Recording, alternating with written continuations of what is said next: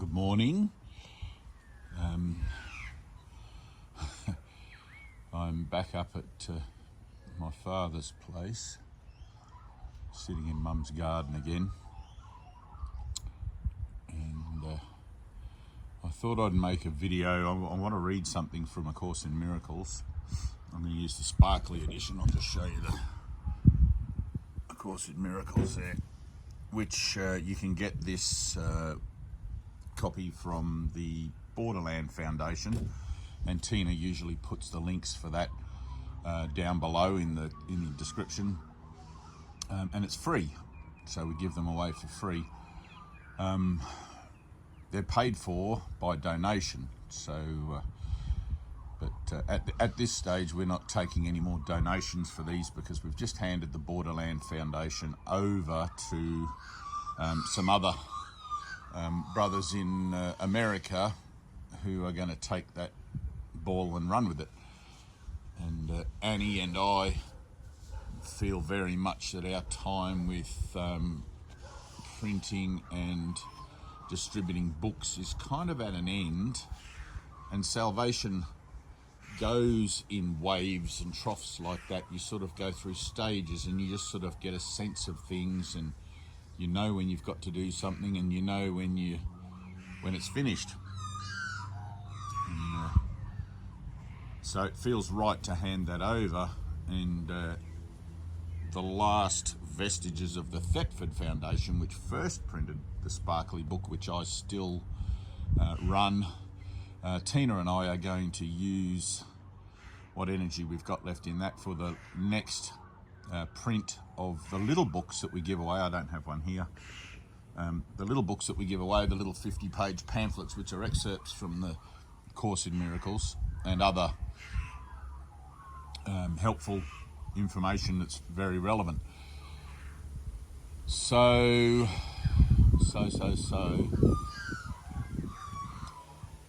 I kind of wanted to start this video with regards to complacency, because up here, and I'll tell you a story. So many years ago, myself and a couple of other brothers travelled from Byron Bay down to Tilba, where we set up a kind of an impromptu gathering place, healing centre, whatever you want to call it, at Sue's house, which is a beautiful house, big farmhouse, very isolated from anywhere, on the edge of a lake in a national park, and it was absolutely gorgeous spot. And of course, being so far south, it's 5 hours drive south of Sydney, and we arrived in winter, and it was absolutely freezing cold. And having come from Byron Bay, probably 15 hours drive or more north of there, I wasn't used to the cold weather. It was very, very cold. But in the house we had fireplaces. There was no central heating. We had a potbelly stove in the kitchen and a big fireplace in the living room, and that did to warm the whole house. But of course you had to go outside in the freezing cold and cut firewood. And being the man in the house, that was sort of looked upon as my job. I don't know if that would wash today. But anyway, I took it on board, and it was so bitterly cold out there with the wind blowing and everything that it didn't matter how many jumpers I had on or how many hats or socks. It was still like the wind just blew straight through me. You can hear the currawongs singing this morning. Anyway, so I knew I needed a miracle. I knew that everybody else down there was acclimatised, and they're all walking around in short sleeve shirts and jeans and sort of country life clothes. What are you doing down there? He's hiding behind the chair. My mother used to feed about 25 of these fellows, magpies and carolines. Yep, thank you. And so her legacy remains through them. But anyway, it was so bitterly cold, I knew that I needed some kind of a miracle, right? And I didn't know if there was a miracle, of course, for cold weather, but there's no order of difficulty in miracles, which is one of the miracles principles in A Course in Miracles. So that night or the night after, when I decided that I needed something to change in my mind, we were actually watching the Ben Kingsley movie Gandhi as a group. There was probably about 8 of us in the living room watching it on the big television. And in the movie, Gandhi, of course, flies to England to meet the Prime Minister. And when he gets off at Heathrow Airport in the bitter cold, there's all the English reporters and English dignitaries there to meet him. And they are wearing big coats and, warm boots and all that sort of stuff. And Gandhi gets off the aeroplane wearing nothing but a loincloth.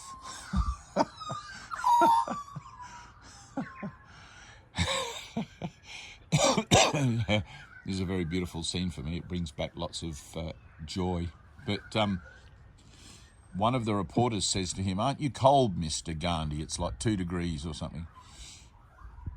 And Gandhi's reply is, "I'm too busy thinking about God to be cold."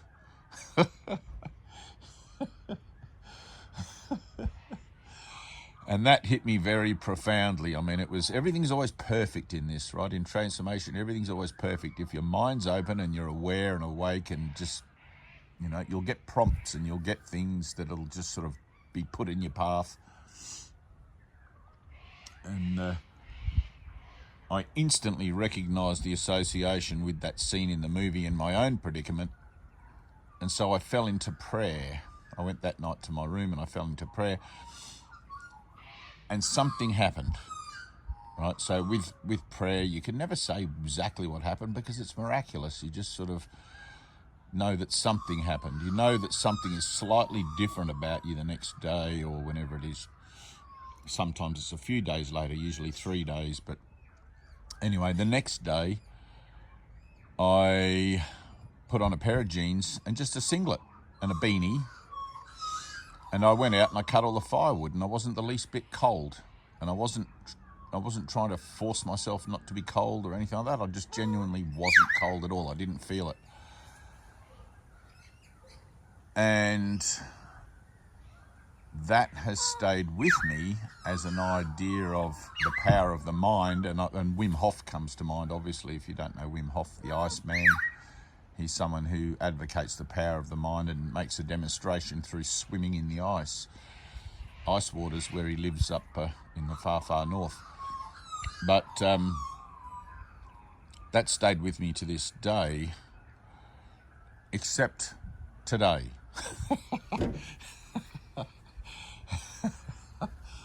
And there's a moment that I had this morning where I woke up and I realised that whatever invulnerability of mind that I had in that moment at Tilba, it's become corrupted because I'm definitely feeling the cold here, definitely believe that I'm the body and all of that sort of stuff, and it's all sort of come back around, which is not unusual for form. I mean, form shifts and changes, and what happens in one place can sort of remanifest as something else in another place. But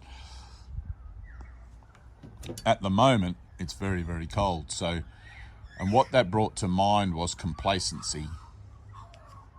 There's been so much going on in my life on a physical level, on an emotional level, that my, what would you call it?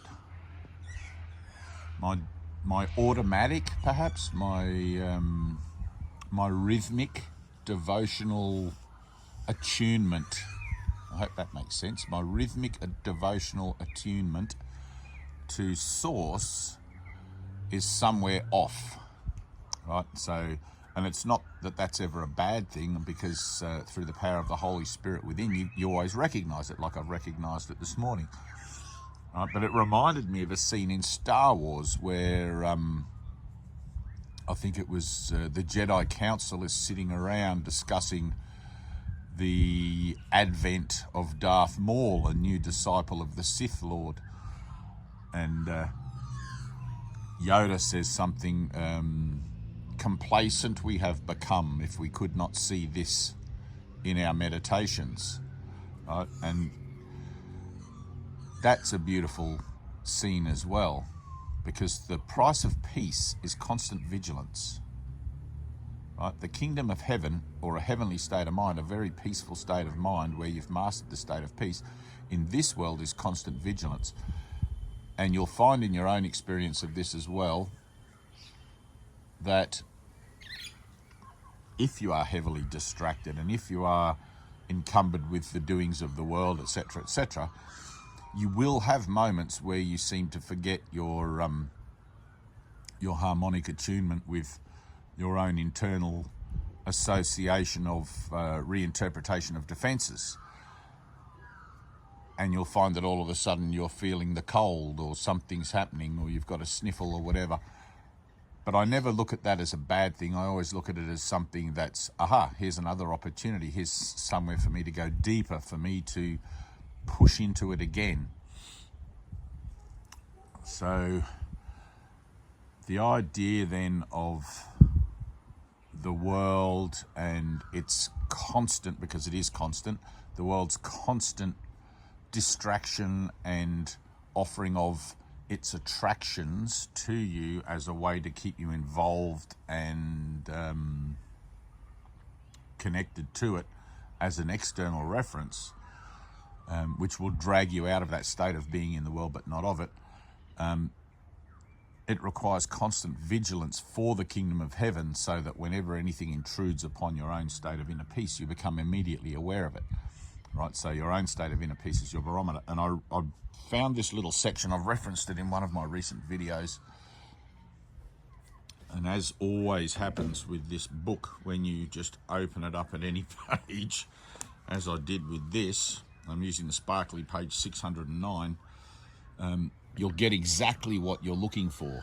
Right? It's not called A Course in Miracles for nothing. I often have people tell me that they use the book as an oracle. They just open at any page and whatever they read is always perfect for them, and absolutely it always is. I'm a bit of both camps there. I use it as an oracle. I haven't really read it for myself personally for about a decade, but I reference it and use it as reference for these videos and in talking to other people and when we do workshops and things like that. But on page 619 in the Sparkly edition, and it'll be different in different versions, but it's entitled The Appointed Friend. Right, and I'm just going to read the first paragraph.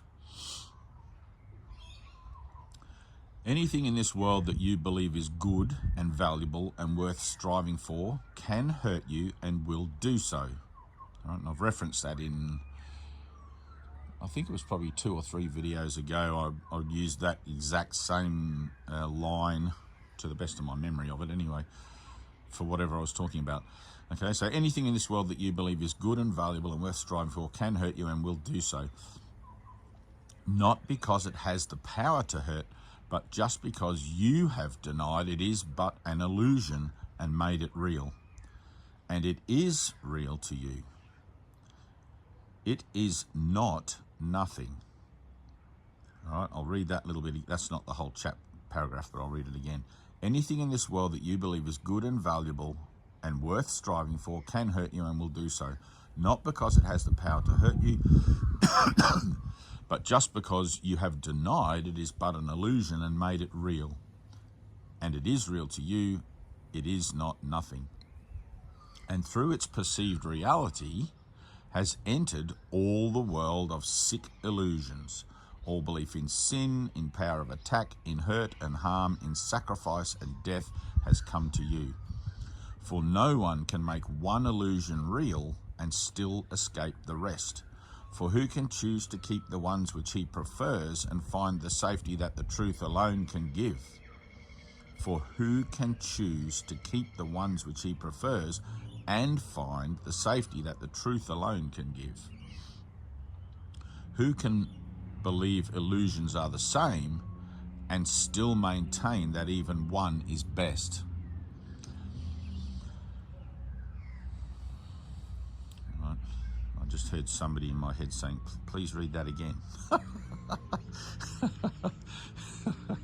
One of the aspects of my divine self out there reflecting back as an idea of thoughts communicate, minds communicate, bodies don't. Just asked me to read it again. So Here we go. The appointed friend, I'll just read it straight out. Anything in this world that you believe is good and valuable and worth striving for can hurt you and will do so. Not because it has the power to hurt, but just because you have denied it is but an illusion and made it real. And it is real to you, and it is not nothing. And through its perceived reality has entered all the world of sick illusions. All belief in sin, in power of attack, in hurt and harm, in sacrifice and death has come to you. For no one can make one illusion real and still escape the rest. For who can choose to keep the ones which he prefers and find the safety that the truth alone can give? Who can believe illusions are the same and still maintain that even one is best? Right, and if you're a biblical person, that sort of comes across to me as no man can serve two masters. If you want anything of the world, then the whole world remains in evidence of what it represents, which is underlined by death, no matter how good it looks and how nice you think it is. And the other master, of course, is the Holy Spirit. You serve the Holy Spirit through giving your own will happily to his purpose, which is healing. And it's not that we're perfect in that, but we become perfect as we go along. We become more and more associated with the light than the dark. And I like very much when you're reading, people often ask me questions like, how do I read this course? How do you recommend that I read it? And well, you read it how you read it, right? But for me, I can only give you through my own experiences of reading it what it is that I've found helpful to me. And in this case, in this video, just reading that one paragraph several times over is incredibly helpful. It's often more helpful to read a short passage like that and digest it thoroughly rather than to read a whole chapter and get to the end of it and not really have any recollection of what you've read, and it doesn't really get in past the drowsiness of the sleepy mind that's attempting to keep you from really comprehending what it is you're involved with in your own process of salvation. So one grain of sand stands in witness to the whole world. So when you're going through your process of seeking for the blocks, right? You're seeking for your blocks to peace. You're seeking for the obstacles to peace. You're seeking for your blocks to love.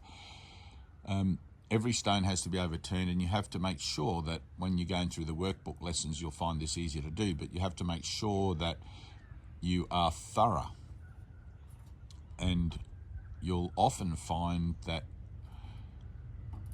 a deception in your mind, a darkness in your mind, because darkness hides, darkness is what deception is, right? You'll get a sense that there's something there in your thinking and you can't put your finger on it. It's as if it's hiding in the background somewhere. Okay, and I'm not sure how to describe that. I've had it several times when there's this sort of unnerving feeling that your ego is waiting to pounce and present you with some nonsense that sounds credible. Even in spiritual terms, the ego loves to use spirituality as its language, right? So because you're retraining that part of the mind, the ego part of the mind, you're retraining yourself and reinterpreting your defense mechanisms to serve you rather than to sabotage you. Your ego will use anything, absolutely anything, against you to stop you. Okay, but with the power of the Holy Spirit in you, you can't be stopped, because the Holy Spirit's purpose is already actually completed, and all that we're doing is bearing witness to that completion through our own internal processing of the principles of that salvation has been given us through, right? Which is forgiveness and patience and tolerance and all of these sorts of things. And you will see changes through your hands, through God, right? Through God, you'll see changes and miracles through your hands. I often have people say to me, oh, I've read that whole book, nothing really happened, or that book's a lot of rubbish and it's ruined my life and whatever. But that always comes back to no man can serve two masters, and being 100% radically honest at which altar you're serving. Right? Which master are you serving? You can't serve both. You can't have a foot in both camps. It's like it said in that bit, the appointed friend. Anything you want in the world that you believe is good and valuable and worth striving for can hurt you and will do so. Right? And it's not that you don't have those things. It's not that you don't look out into the world and go, oh, she's pretty, or he's a handsome person. You know, I'd like a partner, and I feel like I really want to have somebody in my life. And you look externally for that fulfillment that you feel is lacking within. That's just a temporary adjustment. Right? Eventually, you will learn to be completely satisfied with your own company, whether there's somebody in your life or not somebody in your life, and whether you have something or other or don't have something or other. It won't make any difference to you one way or the other, and that always is going to be determined by you through being radically honest about where you find yourself. Okay? If you're deceiving yourself, consciously deceiving yourself, and you know you're deceiving yourself, well, then you have to make a new choice. All right, I see that I'm not being completely honest here. I still do want something in the world. I still want sex, or I still want money, or I still want whatever it is. Well, there's two choices. You either give that to the Holy Spirit to be reinterpreted, okay, to be healed, or you go out into the world and seek after those things and get those things until finally, through banging your head against the brick wall, you realise that there's nothing in it but pain, suffering and death. Right? And remember that the world can look very beautiful. Right? It can look like everything you want, everything you think you want. But once you have an experience of what's beyond the veil, that what's on the other side, I guarantee you, you won't want anything that the world holds out to you. And I have this little litmus test for myself, and I imagine many of you will have developed these things by now, especially those of you that are sort of familiar with spiritual application and discipline. But I have this little litmus test where, when the world seems to be pressing on me with how valuable things are and how wonderful it could all be and all of that, which it does, I remember, it just comes to mind, I remember that just after my enlightenment, just in 1997, probably 2 or 3 days, I was laying in bed or going to bed or something, and I was completely exultant still, like I was in a state for months afterwards, 6 months or more, but I was in this really high-reaching state of consciousness. I could follow one thought to the next thought, you know, like in the lessons, Jesus talks about imagine your thoughts as an oddly assorted procession going by, right? I could imagine one thought at the head of the procession and then follow to the next one, the next one, and the next one, and see them all in my mind at the same time. One didn't finish and the other one begin. I could hold them all there for about a minute, and that's a lot of thoughts. And like that's, you know, that's I can't do it today. It was just like, because my mind was so illumined at the time, and I was still on that supercharged revelatory epiphany. God, I can't even. I wish there was a word for it, but I had this thought popped in that I could see how tempting, or how hard my mind was tempting me to want to believe and want to buy into the idea that the world still had something that would fascinate me and give me some sort of pleasure or pride or whatever. And I remember thinking in that moment that I would make the decision, and I did make the decision, that I didn't want anything other than the light that I'd seen in eternity, the light of eternity, which I'd experienced in my enlightenment. Pardon me. And to this day, my litmus test is always that. I remember making that decision and sticking to it. Right? There's nothing else I want. That's the only thing I want. And to ask for what you have already isn't really to want something. It's kind of like to stay in a place of acceptance, right? want is probably not a great word in that, because we're so overlearned spiritually. People that have been walking the spiritual merry-go-round for a long time, looking at everything, will probably have an understanding that you have to let go of wants and desires and things like that, and that's true. But Jesus says in the Course, to want for what you have already is not to want for anything, because it's actually already yours. It's just a way of keeping it in mind as what it is that you both are and where you are forever, and to offer that a sense of sacredness within yourself. You know, that's probably a bit better way to put it. Words are so limiting. I'm looking forward to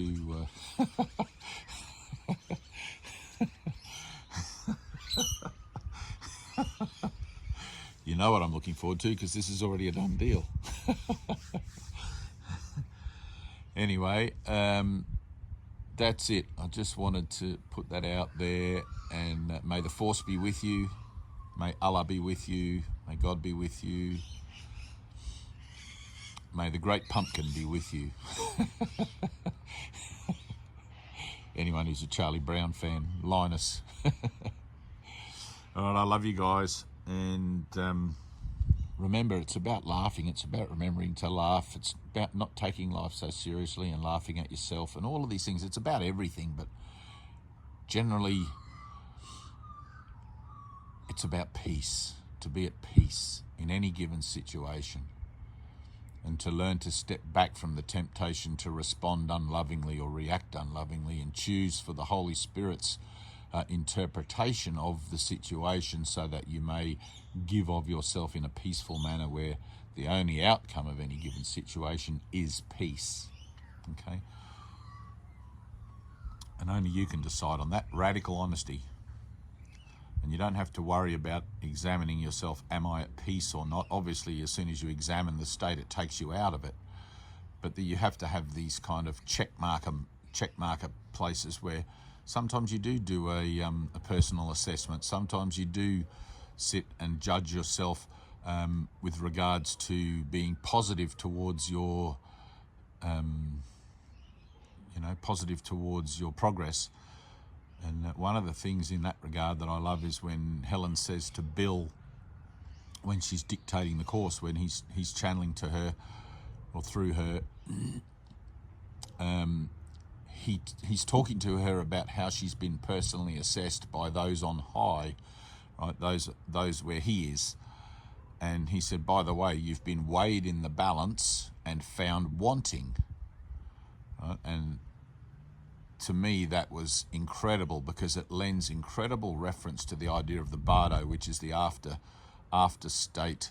earth state of transition, where you either go forward in the journey of the soul or enter into another, or a reproduction, if you like, of this. You can call it reincarnation if you like, but come back and learn again, right? So he says she's been weighed in the balance and found wanting. And I remember in Greek mythology, I think it's in Greek mythology or it might be Egyptian mythology, I think it's Greek for some reason, there's a dog demigod who is guards the gateway to the underworld, to make sure that everyone who comes there,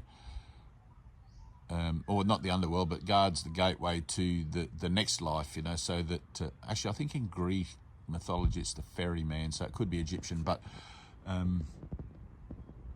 some kind of Anubis, no, it is Egyptian, and and they weigh you, you're weighed, right? So the reference that Jesus uses in that, and you're weighed according to your worth in gold, I think, and that's just an analogy, obviously, but gold being the most valuable and pure thing at the time, you're weighed in comparison to that.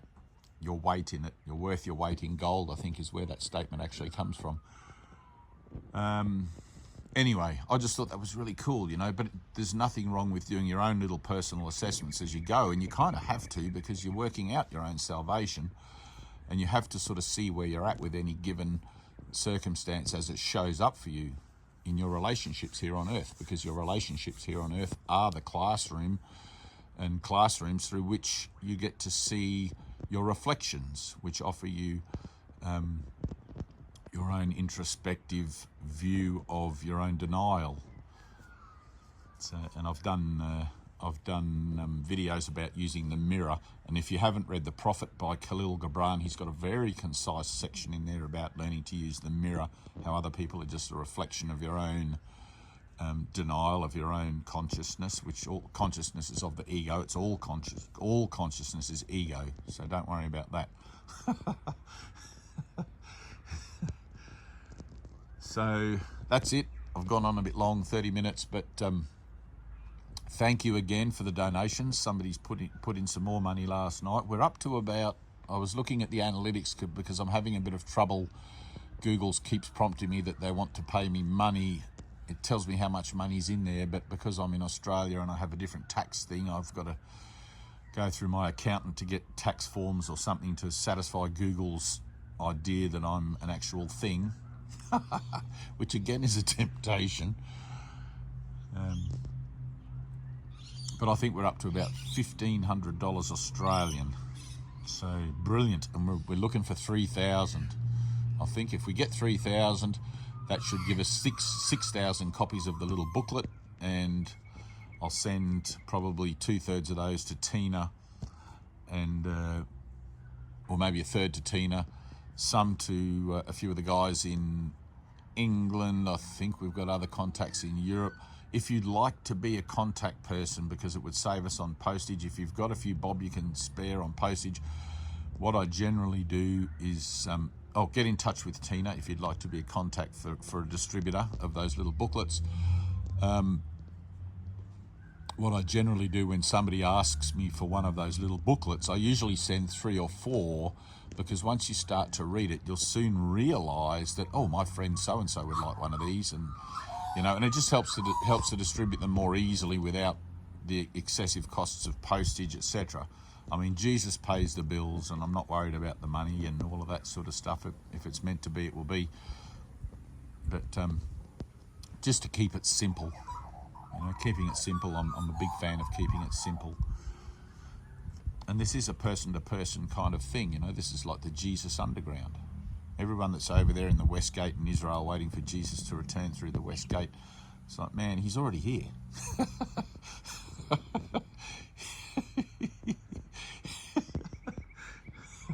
He came back in 1965, said everything he had to say through Helen Schuckman, who channeled it and wrote it down in a book which has now been produced called The Course in Miracles. And Jesus has been teaching to the masses ever since through this underground network that he's got, that's you guys are now participating in through listening to this video. So, all right, that's it. I've prattled on. Check the details below for all the links for the Zoom meetings and how to donate and all that sort of stuff. It'd be great. It'd be great to see you guys all in our Zoom meetings, which we will be starting again very soon. All right, peace.